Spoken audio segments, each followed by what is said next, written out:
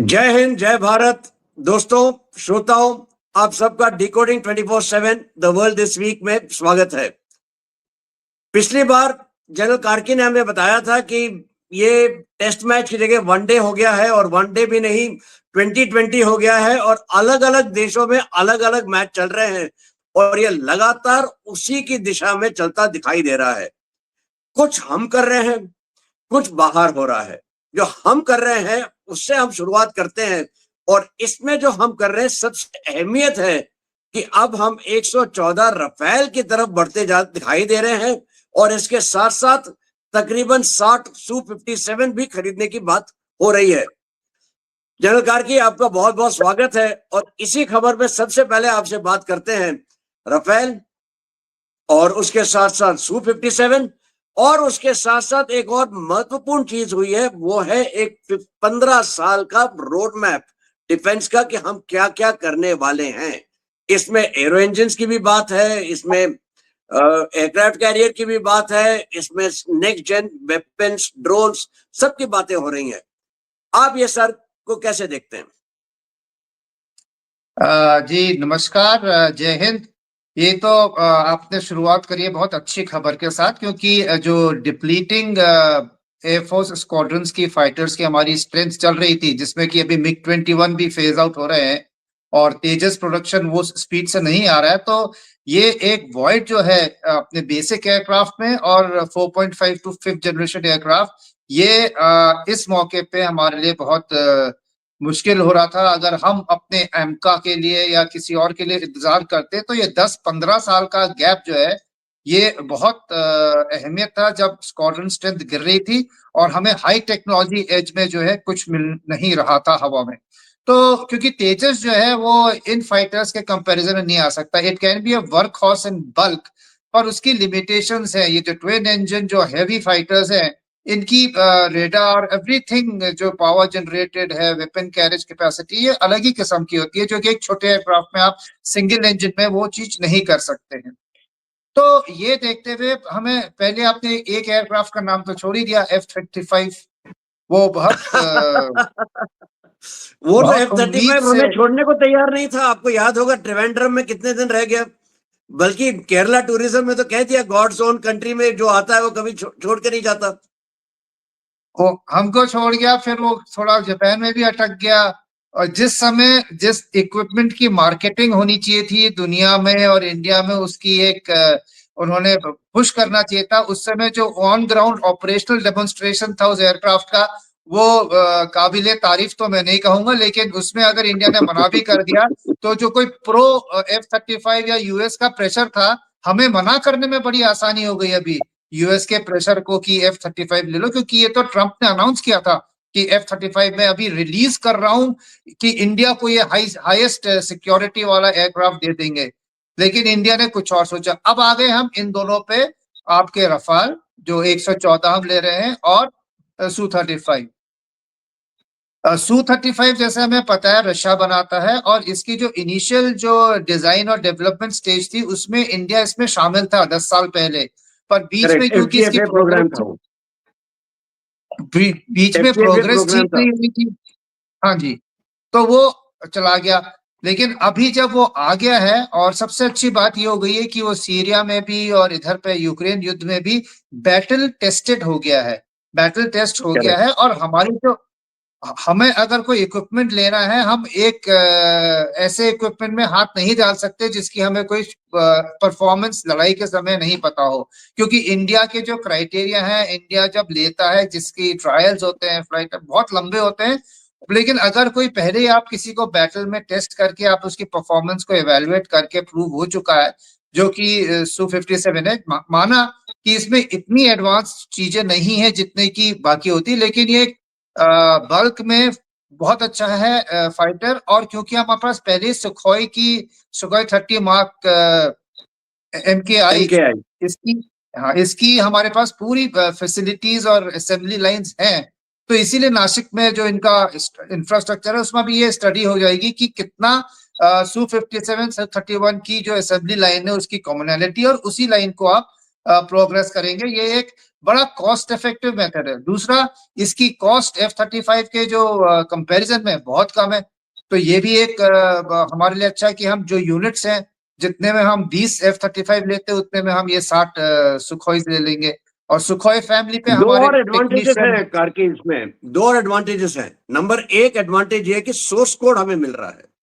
दूसरा एडवांटेज ये POP है कि जो नया जनरेशन का इंजन है विद थ्रस्ट वेक्टरिंग, वो अंडर आप यहाँ पे विद आईपीआर आपको मिल जाएगा। आप यहाँ पे उसको बना सकते हैं, यहां तक कि Su-57 को हम एक्सपोर्ट भी कर सकते हैं।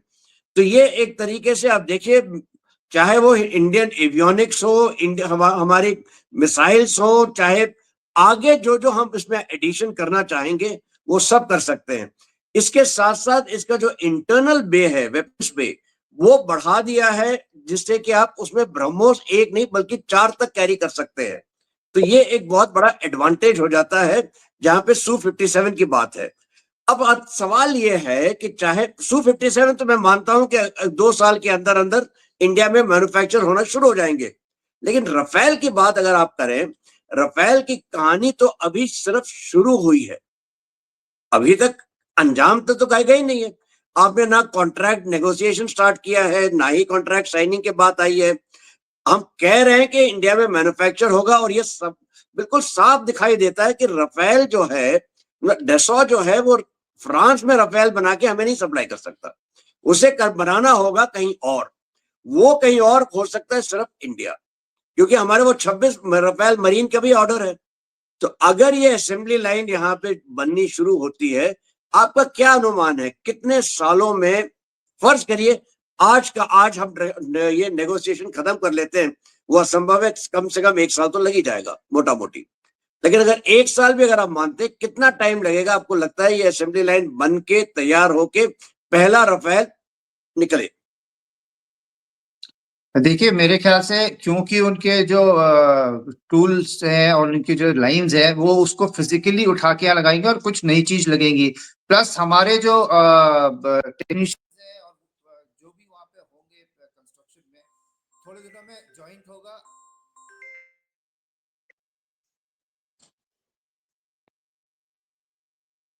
वो ज्वाइंट ट्रेनिंग होगी, ज्वाइंट करके प्रोडक्शन होगा, तो करके आप जस्ट स्टार्ट कितनी अगेन फ्रॉम जल्दी योर खींच आंसर। लें। करके करके okay, start again from your okay, answer. वो काट देगा इतना हिस्सा डन। बाद में। Start with answer all over again. Hmm, hmm. जहां तक कि आपके रफेल का इंडिया में अगर प्रोडक्शन लाइन बनती है तो कितना टाइम लगेगा, तो मैं समझता हूं कि इसके लिए जो एरिया है या जो असेंबली लाइन लगनी है, कुछ बात चल रही है HAL के साथ या किसी और प्राइवेट उसके साथ भी। लेकिन कुछ भी है, ये पूरा का पूरा नया सेटअप होगा। हो सकता है वहां से जो इनके टेस्ट बेड्स है, जो टूल किट्स है, वो टूल्स है, वो वहां से आ जाएंगे, आपके जिग्स आ जाएंगे वहां से। लेकिन तब भी आपके अपने टेक्नीशियंस को वहां ट्रेन करने में, फिर उनके कोई ज्वाइंट प्रोडक्शन होगा वहां पे, और फिर यहाँ पे होगा जब तक असेंबली लाइन नहीं आती। मेरे ख्याल से 4 साल से पहले या 5 साल से पहले पहला रफाल नहीं आ सकता है। इसी के बनिस्बत जब आप सुखोई की बात करें, मेरे ख्याल से अगर ये रशिया और यूक्रेन का युद्ध भी खत्म हो जाता है, हमें इनिशियली आपको आधी स्क्वाड्रन के वर्ष तो वो मेरे ख्याल से वैसे ही लाके सुखोई आपको दे सकता है। तो मेरे को ये लग रहा है कि Sukhoi is a fast stop gap arrangement. Rafale जो है वो जो लॉन्ग लंबी टर्म है। कहानी है वो रफाल है। और ये जो लंबी कहानी की लंबी शुरुआत है, उस गैप को आज से पूरा करने के लिए सुखोई की 2 स्क्वाड्रन या 3 स्क्वाड्रन जो भी आती है, 60, हाँ, कम से कम 3 स्क्वाड्रन हो जाएंगी।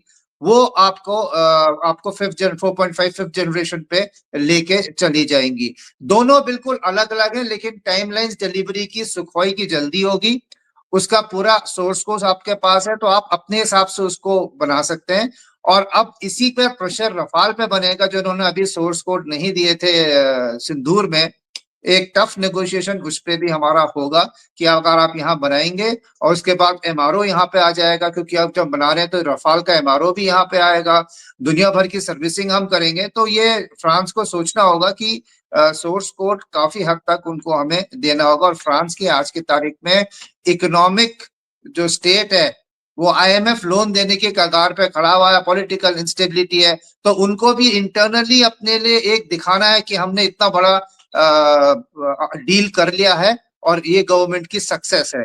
तो ये टाइम है जब हम उनसे एक अच्छा डील ले सकते हैं। और दूसरी बात, अगर रफाल पाकिस्तान के क्लेम के हिसाब से 3 गिने होते, क्या हिंदुस्तान 114 और वैसे हवाई जहाज लेता? तो ये भी आपको जो कहानी है और जो एक्चुअल परफॉर्मेंस है रफाल की, उसका उत्तर जो है, आंसर ये रहा कि हमारे को इस पे इतना भरोसा है कि हम इसके अभी रिपीट ऑर्डर्स दे रहे हैं। तो success of op absolutely, Sindoor and the story line absolutely, continue. बिल्कुल। और एक एक कहानी तो हो गई हमारी राफेल की, और पाकिस्तान की जो झूठी कहानियां शुरू होती हैं वहां पे एक कहानी चल रही है, या एक रायता फैला हुआ है हमारे बिल्कुल बगल में नेपाल के अंदर। नेपाल में कहने के लिए एक तरह से ये जेनजी का रेवोल्यूशन है। जेनजी जेनजी बिल्कुल पूरी तरह से खड़ा हो गया, मारने के लिए तैयार हो गया, यहां तक कि कितने सारे लोग मरे हैं। एक एक्स प्राइम मिनिस्टर की पत्नी की भी मौत हो गई है इसमें।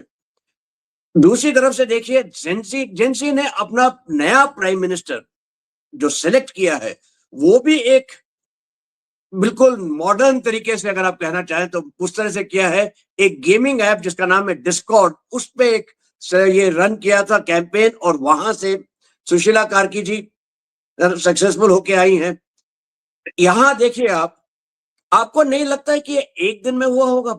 सवाल ही नहीं पैदा होता। कई महीनों से नेपो किड्स के नाम पे एक तरह से भूमिका बनाई जा रही थी, ताकि वो जो गुस्सा है, चाहे वो अनएम्प्लॉयमेंट की तरफ से हो, चाहे वो भ्रष्टाचार की तरफ से हो, चाहे वो गवर्नमेंट के खिलाफ हो, चाहे जो भी वजह से हो, उसको चैनलाइज किया गया, उसको बढ़ाया गया, उसको उस लेवल पे ले जाया गया कि आपने केपी सिंह ओली ने एक हुक्म जाहिर किया कि सारे के सारे सोशल मीडिया रजिस्टर करें, और सोशल मीडिया रजिस्टर जो नहीं किया वो सारे के सारे वेस्टर्न सोशल मीडिया थे, और उन्होंने उसको बंद करने के बाद ये पूरा का पूरा कार्यक्रम शुरू हुआ।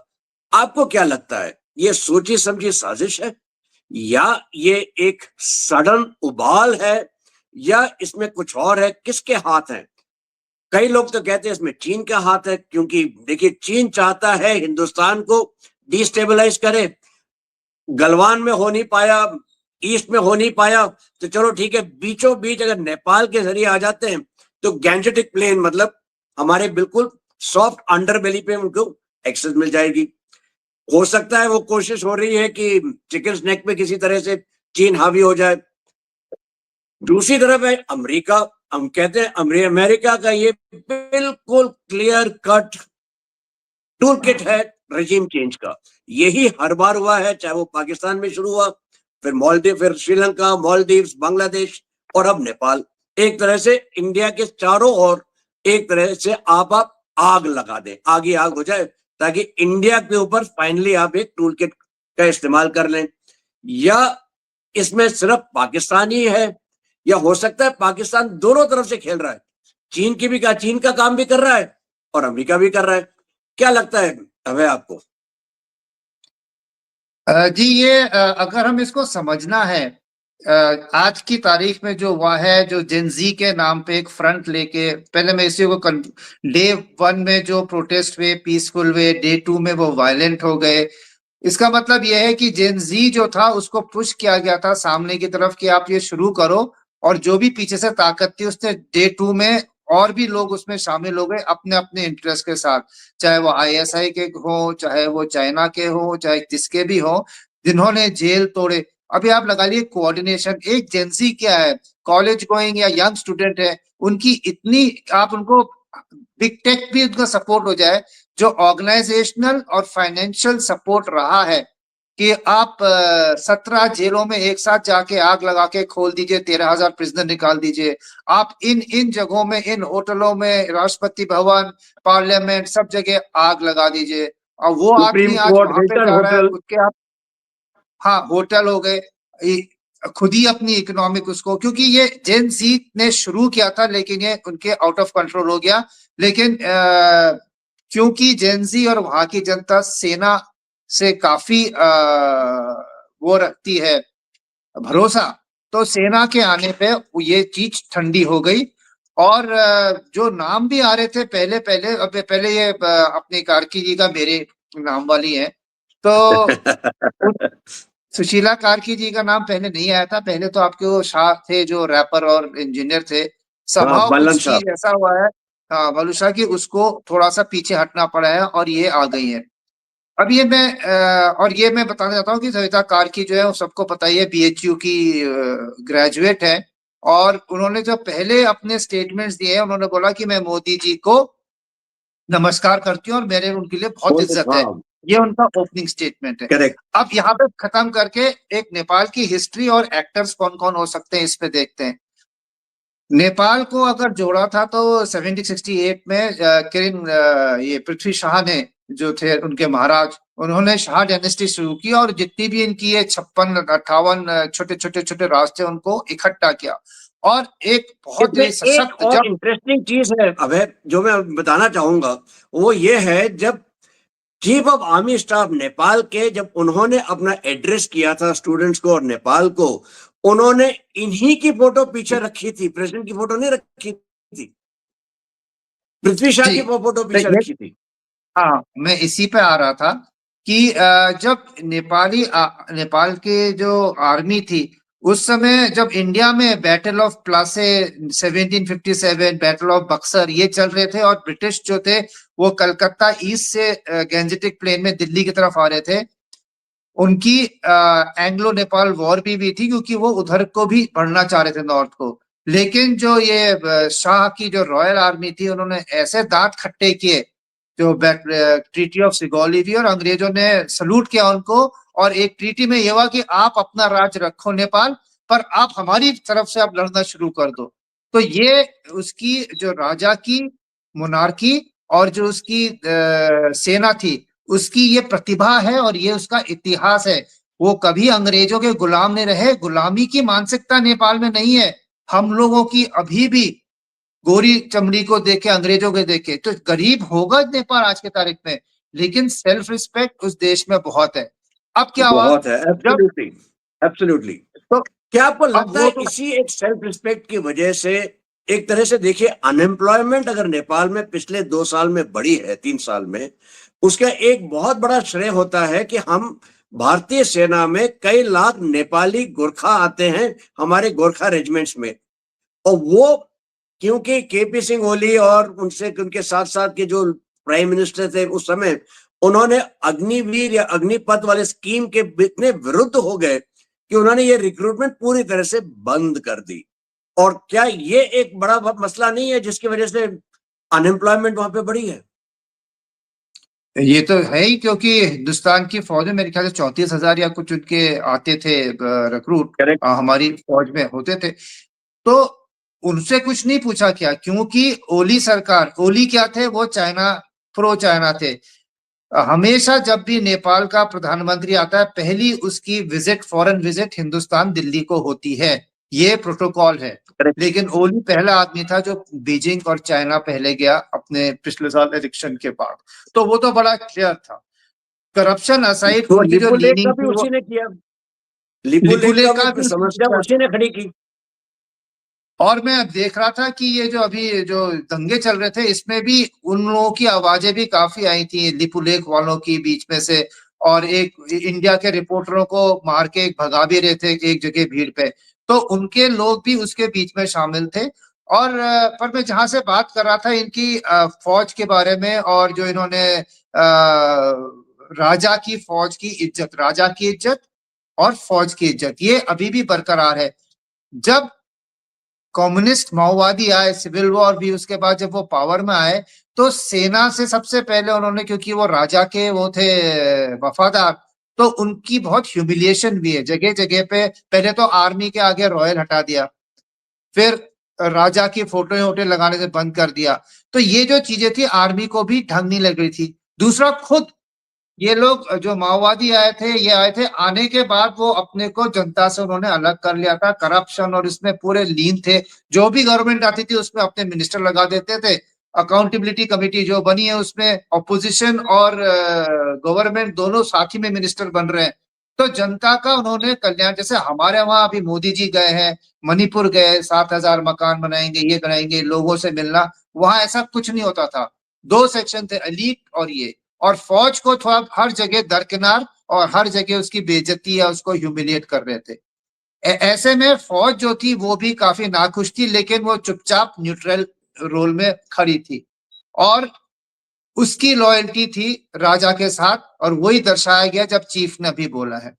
तीसरा क्या है आपको लगता है चाइना। कि एक तरह से मोनार्की वापस आएगी? क्या वो नेपाल के लिए बेहतर होगा मोनार्की का वापस आना?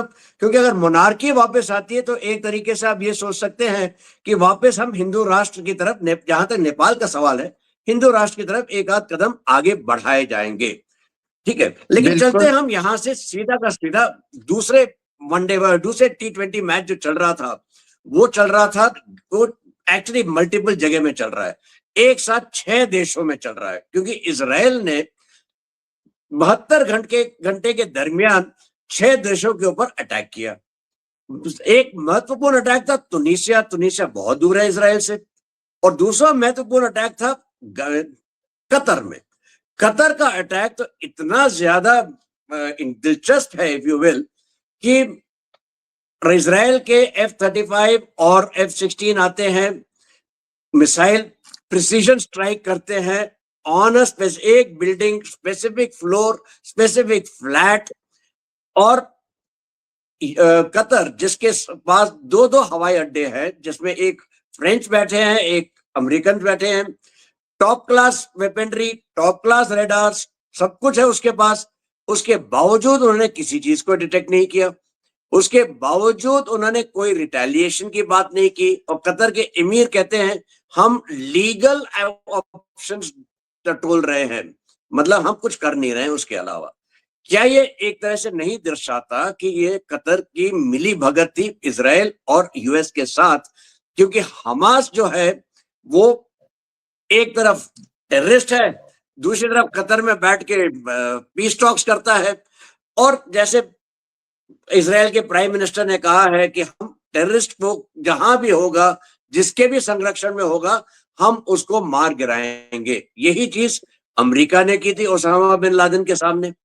यही चीज हिंदुस्तान ने भी कहा है, भारत ने कहा है कि हम टेररिस्ट और टेररिस्ट के सपोर्टर्स को, टेररिस्ट के बाकियों को में कोई अंतर नहीं देखेंगे।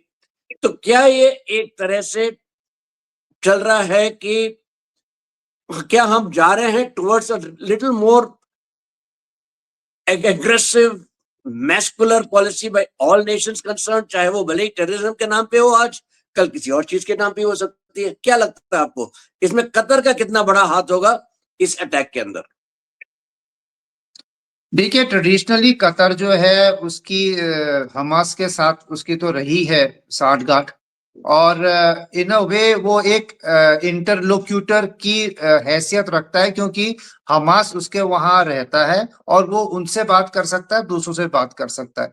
लेकिन जैसे जैसे ये चलती जा रही है लड़ाई आगे आगे, हमास और उसकी लीडरशिप इसके मेरे लगता है ज्यादा कतर की भी नहीं सुन रही है कि प्रिजनर रिलीज कर दो, लड़ाई खत्म करो, ये करो।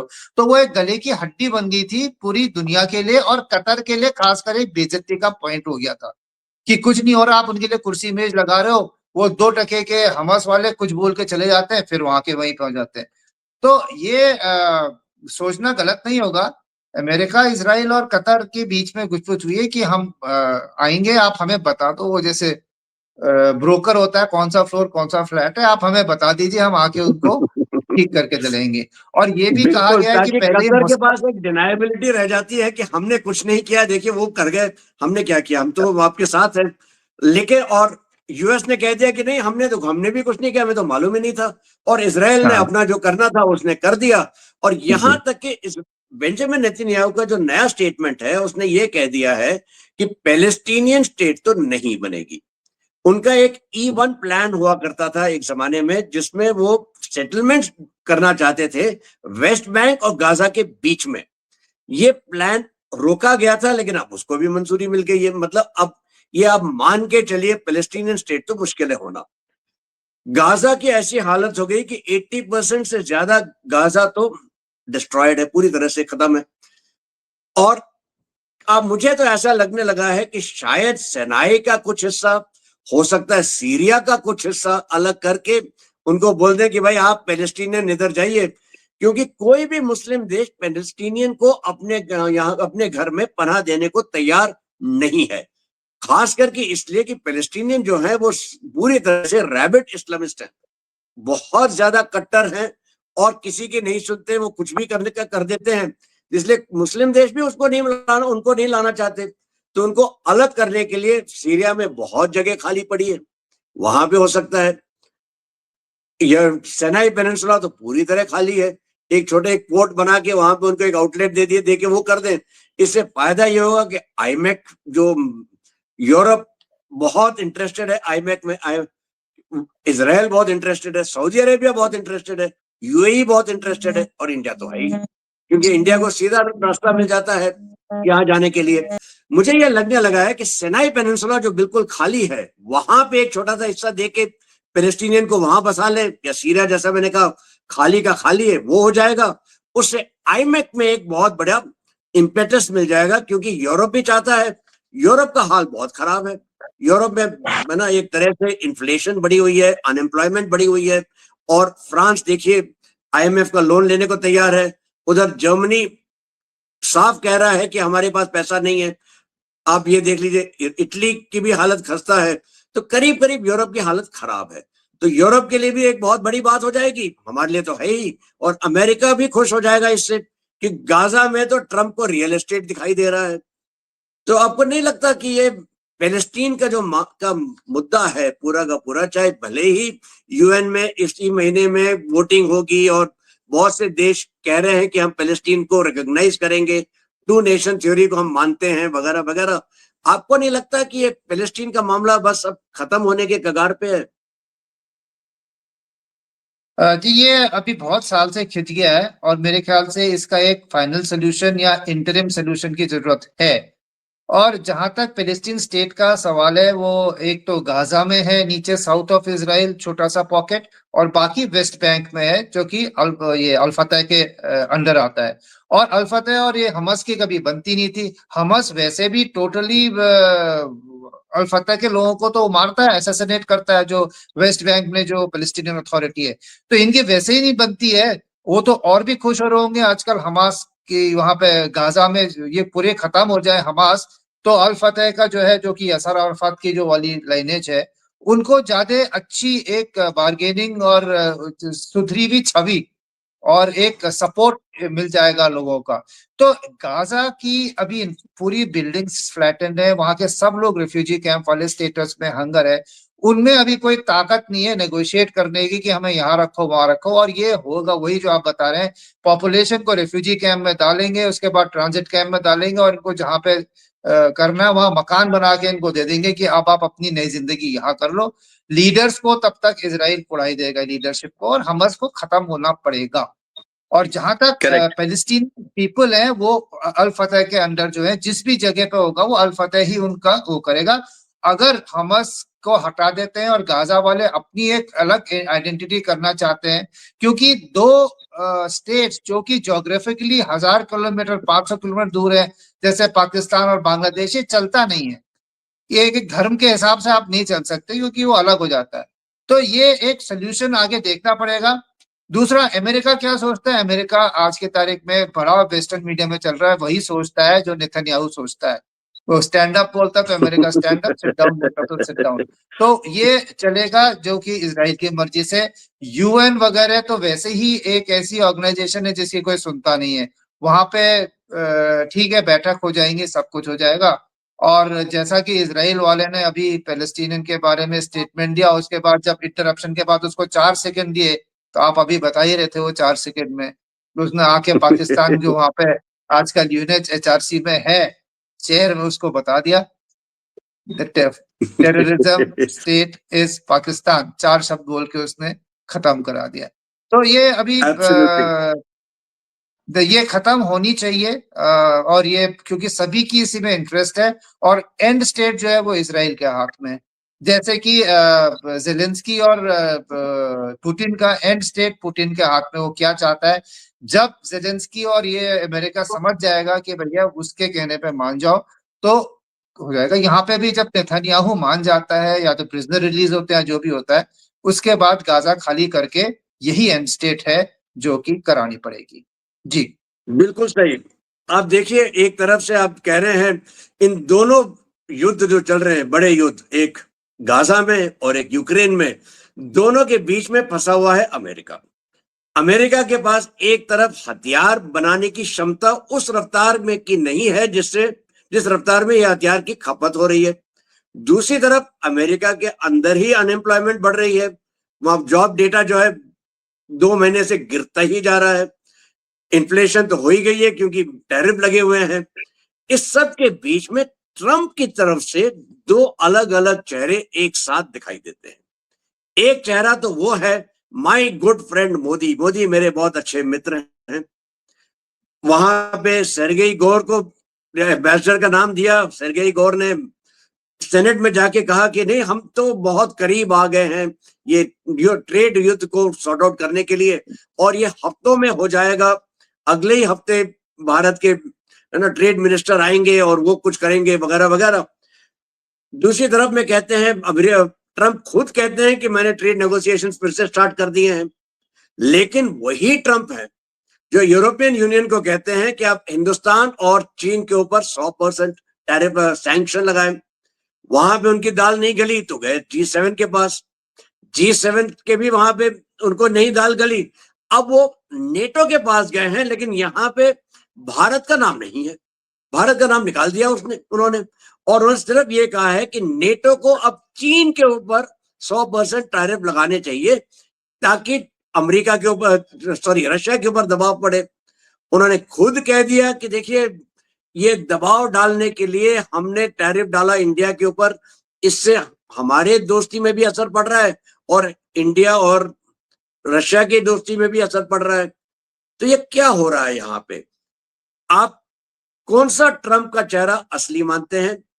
आपको क्या लगता है कि ये जो चल रहा है ट्रंप के साथ, ये कब तक चलेगा और यूरोप कब तक इसके जिम्मेदारी ले सकता है? क्योंकि यूरोप खुद कंगाली के ना बिल्कुल सामने खड़ा हुआ है।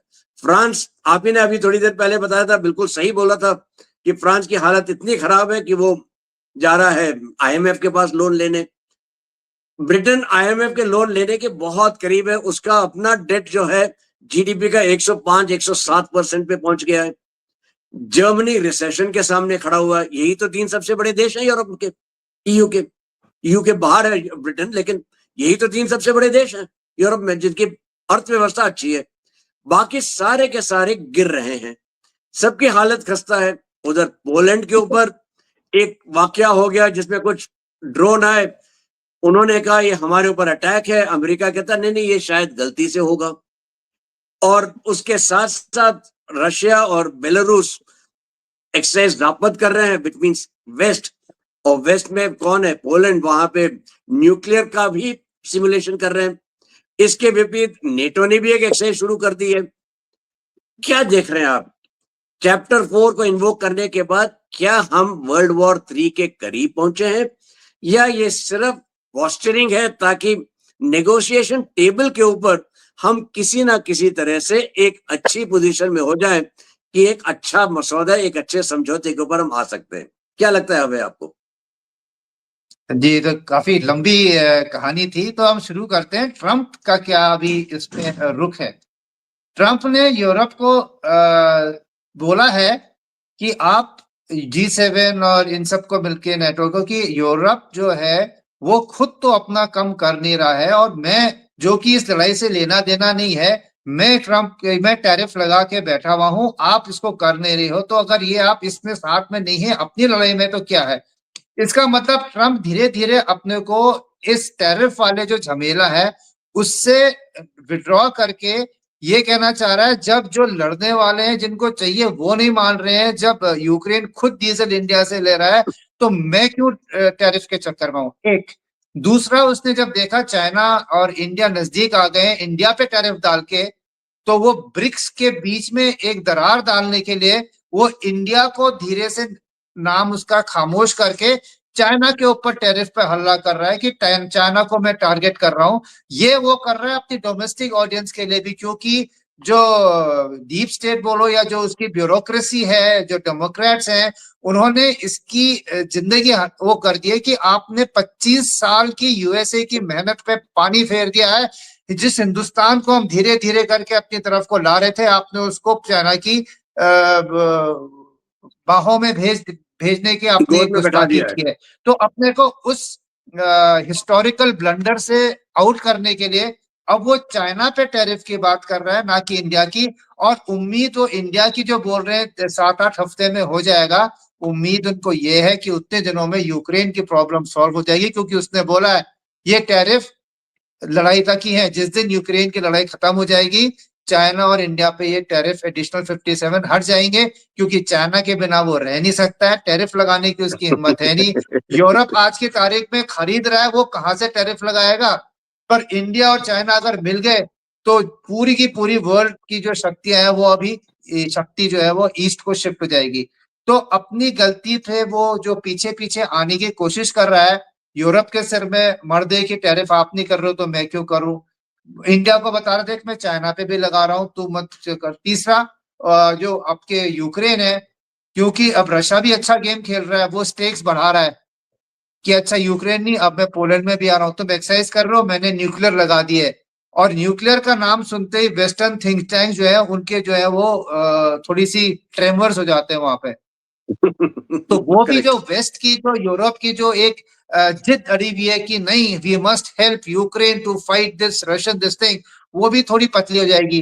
पैसे है नहीं, पॉलिसी आप डिसीजन ले नहीं सकते हो, हथियार अमेरिका के आप इंतजार कर रहे हो, पैसे उसको आपको देने, उसके पैसे पैसे हमारे पास है नहीं। तो ये एक राउंड सर्कल में आके अब वो भी काफी यूरोप जो है वो भी एक रियलिटी को चेक करेगा और अपना रेटोरिक कम करेगा। अगर गलती से पुतिन को वो लोग पागल वैसे ही बोलते हैं, एक टैक्टिकल न्यूक्लियर मिसाइल मार दी तो फिर क्या होगा।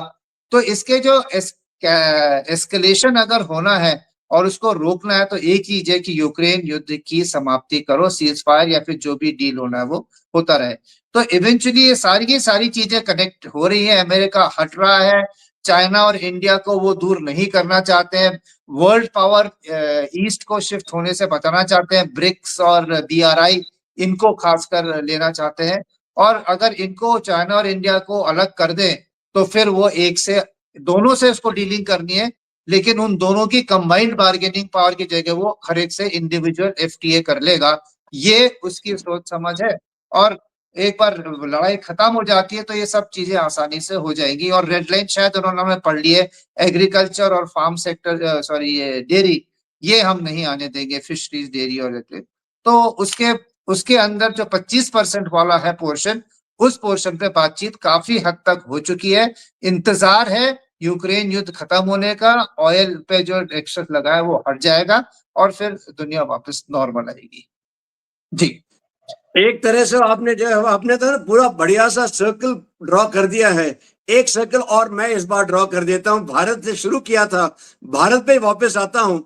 देखिए, मॉरिशस के प्रधानमंत्री इधर आए हुए हैं और नवीन चंद्र रामगुलाम ये यहाँ पे आए, वाराणसी गए हुए थे। वहां पे उन्होंने अपना वो भव्य रूप देखा भारत का। ये देख के उन्होंने खुद कहा कि मुझे बिल्कुल अचंभा नहीं है कि भारत इतना बड़ा क्यों है, इतना शक्तिशाली क्यों है। और प्रधानमंत्री मोदी के बारे में भी उन्होंने कहा कि अब मैं समझ सकता हूं कि मोदी जी को इतने वोट क्यों मिलते हैं। यहां से शुरू होती है एक और कहानी। चीन जो है वो कोशिश करता रहा है इंडिया भारत को किसी ना किसी तरह से कंट्रोल करने के लिए। और उन्होंने जो तरीका अपनाया था उसका नाम लोग कहते हैं string of pearls. String of pearls का इंडिया की तरफ से जो जवाब रहा है वो है नेकलेस ऑफ डायमंड्स। उस नेकलेस ऑफ डायमंड्स में बहुत अहम भूमिका निभाता है मॉरिशस। मॉरिशस में अगर अगर अगर लेगा आइलैंड के ऊपर इंडिया ने एक अपना बेस बनाया है। जब हाल ही में वहां पे भयंकर तूफान आया था, एगलेगा आइलैंड से ही राहत सामग्री हमने मॉरिशस में भेजी थी। इस बार करीबन करीबन 680 मिलियन डॉलर की बातें हुई हैं, करार साइन हुए हैं भारत और मॉरिशस के बीच में। अहम इसमें यह है कि शागोस आर्किपेलागो जो है, जो अभी तक था तो मॉरिशस का, लेकिन उसमें प्रभुत्व था यूके का, क्योंकि वहां पे डिएगो गार्सिया है, जहां यूरोप जो यूएस और यूके मिलके अपना बेस बना के बैठे। वो अब वापस आ गया है मॉरिशस के पास, लेकिन डिएगो गार्सिया का जो बेस है वो बरकरार रहेगा। यहाँ पे भारत ने कहा है कि हम आपको सर्वे करने में, उसको सिक्योर करने में हमारी नेवी आपकी मदद करेगी। अगलेगा आइलैंड का जो एयर स्ट्रिप है वो बढ़ाया जा रहा है, उधर जेटी ज्यादा बड़ी बन रही है, बाकी फैसिलिटीज हो रही हैं। क्या ये आपको नहीं लगता एक तरीके से हिंदुस्तान जो है इंडियन ओशन रीजन में अपना प्रभुत्व बरकरार रखना चाहता है? क्योंकि बहुत से लोग कहते हैं कि इंडियन ओशन ऐसी जगह है जहां पे एंट्री करना और एग्जिट करना पीस टाइम में बहुत आसान है, लेकिन अगर वॉर टाइम है तो अंदर आना भी मुश्किल है और जाना भी मुश्किल है। क्या लगता है आपको? जी, ये तो सभी को पता है कि 60% ऑफ वर्ल्ड ट्रेड जो यहीं से जाता है, और जो एनर्जी सप्लाईज है इंडिया की और चाइना की, वो भी इसी से जाती है। और जब आप इंडियन ओशन को बड़े तौर पे देखें, तो जैसे उसने स्ट्रिंग ऑफ पर्ल्स बना रखे हैं, हमने भी अपने आउटपोस्ट कर रखे हैं। और उसमें अभी एक मालदीव्स में हमारा है, फिर उधर ओमान में हमारी लिस्निंग पोस्ट है। लेकिन जो अगर डुकूम है। हमें हार्ड पावर दिखानी है, तो आपने जो है बांग्लादेश में भी था, श्रीलंका में भी है। अगर आपने अपनी हार्ड पावर दिखानी है और कैपेबिलिटी टू प्रोजेक्ट दिखाना है, तो आपके पास बेसेस होने चाहिए जहां से आप एयर और नेवल पावर्स को, वहां नेवल फोर्स को आप वहां पे लॉन्च कर सकें। अब यहाँ से मॉरिशस जाने में 2 दिन लगते हैं, इंडियन ओशन में ही है वो, वेस्टर्न इंडियन ओशन ही है। लेकिन अगर आपके जेटी वहां पे बढ़ा दी, और एयरफील्ड तो वैसे 3 किलोमीटर 3000 मीटर्स वाला है, तो आपके सारे हैवी एयरक्राफ्ट वहां पे आ सकते हैं। और जो अभी तक हमारे सर्वेलेंस एयरक्राफ्ट P-8I और ये थे स्वीडन जो नेवी के टोह लेते ये हैं, टाइप। वो वो फ्रांस के साथ हमने रियूनियन आइलैंड से उड़ते थे। आज की तारीख में अभी पूरा इंफ्रास्ट्रक्चर अगर बन गया है मॉरिशस में, इसमें एगिलेगा में, तो अब वो यहाँ से उनका ऑपरेशन होगा। तो आप ये लगा लीजिए कि आप कितनी 1100 किलोमीटर ऐसा कुछ है दूर, वो उतनी दूर आपके पास एक एयरक्राफ्ट कैरियर बोलिए या एयरबेस बोलिए, जहां से आप उस एरिया को, उसको सेंटर लेके आप डोमिनेट करोगे वेस्टर्न ओशन को, इंडियन ओशन। साथ ही साथ हम थोड़ा लेट हो गए हैं, लेकिन ईस्ट में आप, हम जो है अभी अंडमान निकोबार में जो हम डेवलप कर रहे हैं, वो वहां पे हमारे प्रोजेक्शन करेगा सर्वेलेंस, डोमिनेंस, एरियल रिस्पॉन्स। और कुछ भी वहां पे जो साउथ एशिया में अगर होना है, साउथ ईस्ट एशिया में, वो हमारी मर्जी से होगा। हम सुंडा स्टेट को भी डोमिनेट करेंगे, हम मलाक्का स्टेट को। ये हो गया ईस्ट। वेस्ट में आपका मॉरिशस हो गया है, और बीच में हम लक्षद्वीप को भी डेवलप कर रहे हैं, क्योंकि मालदीव का कोई भरोसा नहीं, आज इंडिया के पास है, कल वो उसके पास है। और तो फिर पलटी इससे मार जो है जाए। हमने अपना जो डोमिनेंस है, चाइना तो बोलने लग गया Indian ocean is not India's ocean. और पर पूरी दुनिया मानती है कि हमारी जो लोकेशन है और जो नाम है, हम the way we jut into the Indian Ocean, हमारी डोमिनेंस जो है इट्स अ नेचुरल गिवन। वो अगर आएगा, जहां से भी आएगा, हम टो रखेंगे। और अगर हमारे सॉलिड बेसेस है कोस्टल आइलैंड्स में और मेन लैंड से इतना दूर, तो हम चाइना को वहीं पे शैडो सर्वेलेंस करके और उसकी टोह लेके डिस्ट्रॉय भी कर सकते हैं, before Chinese threat manifest itself onto the mainland. मतलब मेन इंडियन पेनिनसुला को टच करने से पहले चाइना को हम पहले से ही उसको टैकल करना शुरू कर देंगे। दुश्मन को अपने दरवाजे तक या अपने घर तक आने नहीं देंगे। वो जो गांव में आने वाली गली है, वहीं पे हम उसको रोक के ठोकेंगे। तो ये हमारी एब्सोल्युटली। तो इसकी लाइट में हमने जो ये करा है, ये अभी जो प्रोसेस चल रहा है, ये बहुत बढ़िया है एक इमर्जिंग पावर के लिए। नेवी हमने बोल दिया 200 प्लस शिप्स से ज्यादा की होगी, चाहे चाइना तो 700 प्लस पे पहुंच गया है। हम थोड़ा सा लेट है, पर कैचअप करने के लिए कभी लेट नहीं होता। जैसे स्टॉक मार्केट में बोलता है कभी इन्वेस्टमेंट के लिए आप लेट नहीं होते, तो यहाँ पे भी आपने शुरू तो करा है। जो धीरे धीरे सब कुछ हो जाएगा, तब तक डिप्लोमेसी आपको आपके फेवरेबल सिचुएशन रखे, ताकि आप एकदम से वॉर टाइम उस मोड में ना आ जाए। और जिस दिन अगर होगा, तो उस दिन आप देख लीजिए, उसके लिए अलायंसेस हो सकते हैं, क्वाड आ सकता है, कुछ हो सकता है। तो ये इसके दरमियान वो है। और मॉरिशस की 70% इंडियन मूल की जनता है, सारे त्योहार वहां मनते हैं, तो Correct. उनको एक नेचुरल एफिनिटी है हमारे लिए। लेकिन अभी भी जब हम ये अगलेगा बना रहे थे 2-3 साल पहले, वहां पे प्रोटेस्ट हुए थे क्योंकि चाइना का वहां पे इन्फ्लुएंस है। तो ये है। तो चलता रहेगा। हमें हर जगह, जैसे नेपाल है वैसे मॉरिशस है, इमीडिएट नेबरहुड और एक्सटेंडेड नेबरहुड में हमें अपनी करें। लेकिन एक चीज और मैं बताऊं, आज अफगानिस्तान हमारे साथ क्यों है? क्योंकि हमने हमेशा सॉफ्ट प्रोजेक्ट्स पे, वहां पे इंफ्रास्ट्रक्चर पे लगाया था। जब अमेरिका अफगानिस्तान में चल रही थी, इंडिया को बोला था 8 डिवीजन ट्रुप्स आप भेजिए। इंडिया ने बहुत सोच समझ के मना कर दिया था, no boots on ground fighting Afghans. तो अफगान अगर इंडिया को याद करते हैं तो सलाल डैम हो गया, जो आपका, सॉरी, उनका जो डैम बना दिया उनके, पार्लियामेंट बिल्डिंग, हॉस्पिटल्स। वैसे ही सेशल्स अगर याद रखेगा तो अभी उनकी बिल्डिंग बना रहे हैं, एटीसी बना रहे हैं, वहां भी एक वर्ल्ड क्लास हॉस्पिटल आएगा। गिनी के आप देखिए प्रेसिडेंट, हमें क्या मतलब था गिनी से? उनको जब हमने भेजा, जब प्रधानमंत्री बाद में गए, तो वो इतने कृतज्ञ थे कि उन्होंने प्रधानमंत्री जी के, मोदी जी के पैर भी छू दिए। Pass away. तो ये हमारे Absolutely. Diplomacy, this gives us strength, and we have invested बिल्कुल। very well in these तो हमें littoral states. बिल्कुल सही कहा आपने, दिस गिव्स अस स्ट्रेंथ। क्योंकि फाइनली देखिए आप, डिप्लोमेसी तभी आपकी सक्सेसफुल होती है जब आपके पास स्ट्रेंथ हो। स्ट्रेंथ का मतलब है मेरे हार्ड पावर, हार्ड पावर का मतलब होता है सबसे पहले मिलिट्री पावर, और मिलिट्री पावर के साथ साथ इकोनॉमिक पावर। मिलिट्री पावर हम एक तरफ से डेवलप कर रहे हैं, चाहे वो सूट 57 हो, चाहे वो 114 रफेल हो, चाहे वो हमारा 15 साल का पर्सपेक्टिव प्लानिंग कि हम अपने भारत को कहां तक लेके जाएंगे। उसके साथ साथ हमने ना वो मुहिम भी स्टार्ट कर दी है जिससे जो हाफ फ्रंट जो हिंदुस्तान के अंदर हमें हमारी जड़ों को खोखला करता है, उसके खिलाफ भी हमने एक्शन लेना शुरू कर दिया है। यहाँ पे भी हमें बहुत मजबूती से काम करना पड़ेगा। फाइनली देखा जाए तो एक तरह से पूरा विश्व जो है, एक तरह से वहां पे आग लगी हुई है। इस अब सब जगह लगी हुई आग में एक ही अगर स्थिर कोई जगह है, एक ही अच्छी सी जगह कोई है शांत, वो है भारत। भारत में सब आना चाहते हैं, चाहे वो अमेरिका हो, ट्रेड डील करना चाहता है, ब्रिटेन ने ट्रेड डील कर ली है, यूरोपियन यूनियन ट्रेड डील करना चाहता है। दूसरी तरफ से आप देखिए ऑस्ट्रेलिया अपना एफटीए को बढ़ाना चाहता है, ईएफटीए से हमने हमारा डील हो चुकी है। कौन हमारे पास नहीं आना चाहता है, चाहे वो चीन हो, चाहे वो रशिया हो, या वो अमेरिका हो। जेलेंस्की और यूरोप ने एक तरीके से हार मान ली है कि अमेरिका सुलह नहीं करा पाएगा। संभवतः भारत को यहाँ पे काम करना पड़ेगा यूक्रेन के मसले पे, तो वहां पे भी हम आगे बढ़ रहे हैं। ये सब को देखते हुए मुझे तो लगता है ये जो T20 का ग्लोबल सीरीज चल रहा है 2025 का मुकाबला, इसमें देखिए आगे चल के विजयी कौन बनता है।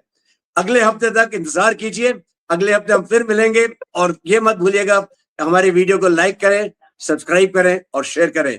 तब तक जय हिंद, जय भारत।